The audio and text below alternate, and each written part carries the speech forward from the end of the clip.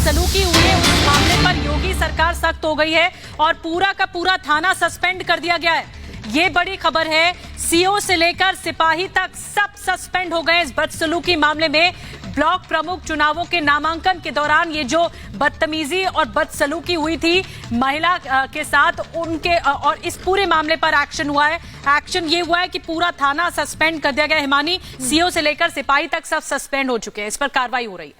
बड़ी खबर इस वक्त, दो तस्वीरें इस वक्त हम आपको दिखा रहे हैं कि किस तरह से इस बदसलूकी के बाद योगी सरकार जो है वो एक्शन में नजर आई कि पूरा का पूरा जो थाना है उसे ही सस्पेंड कर दिया गया है। दूसरी तस्वीर हम आपको दिखा रहे हैं और वो तस्वीरें उस वक्त की जब उस महिला के साथ देखिए कि किस तरह से बदसलूकी की गई।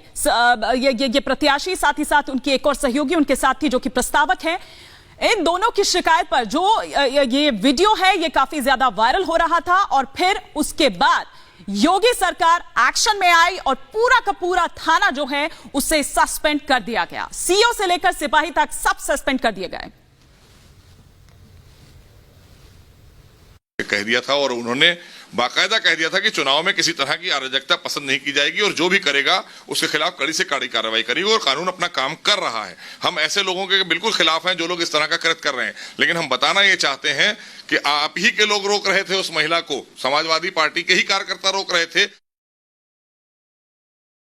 कानून के नजरिए में अपराधी कोई भी रहा हो, वो किसी भी मत, पंथ, मजहब, संप्रदाय का हो, कानून के नजरिए में हम लोगों ने उस सब के साथ वही सख्ती दिखाई है जो एक अपराधी के साथ होनी चाहिए और हम लोग उसी तर्ज पर कार्य कर रहे हैं।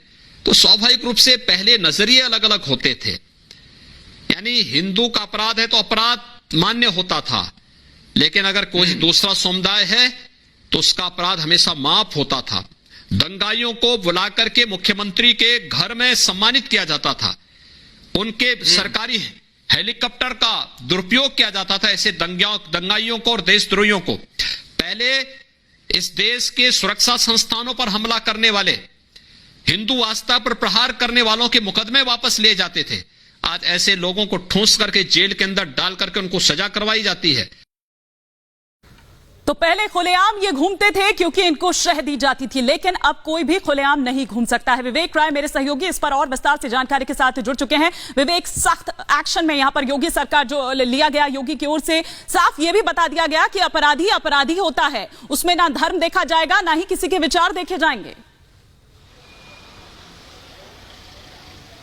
जी हाँ, बिल्कुल निश्चित तौर पे साफ एक्शन है और लगातार 2017 से जब से सरकार बनी है तब से लगातार यही एक साफ मैसेज दिया गया है कि किसी को भी जो भी एक तरीके से गुंडागर्दी में संलिप्त होगा या कोई भी अगर देश में दंगा भड़काने की कोशिश करेगा या किसी भी ऐसी स्थिति में शामिल होगा जो कि महिलाओं के खिलाफ अत्याचार हो या कोई भी ऐसी एक तरीके से जो जिससे उत्तर प्रदेश की साख घटे, कोई भी वैसी घटना में शामिल होगा उसके खिलाफ सख्त एक्शन लिया जाएगा।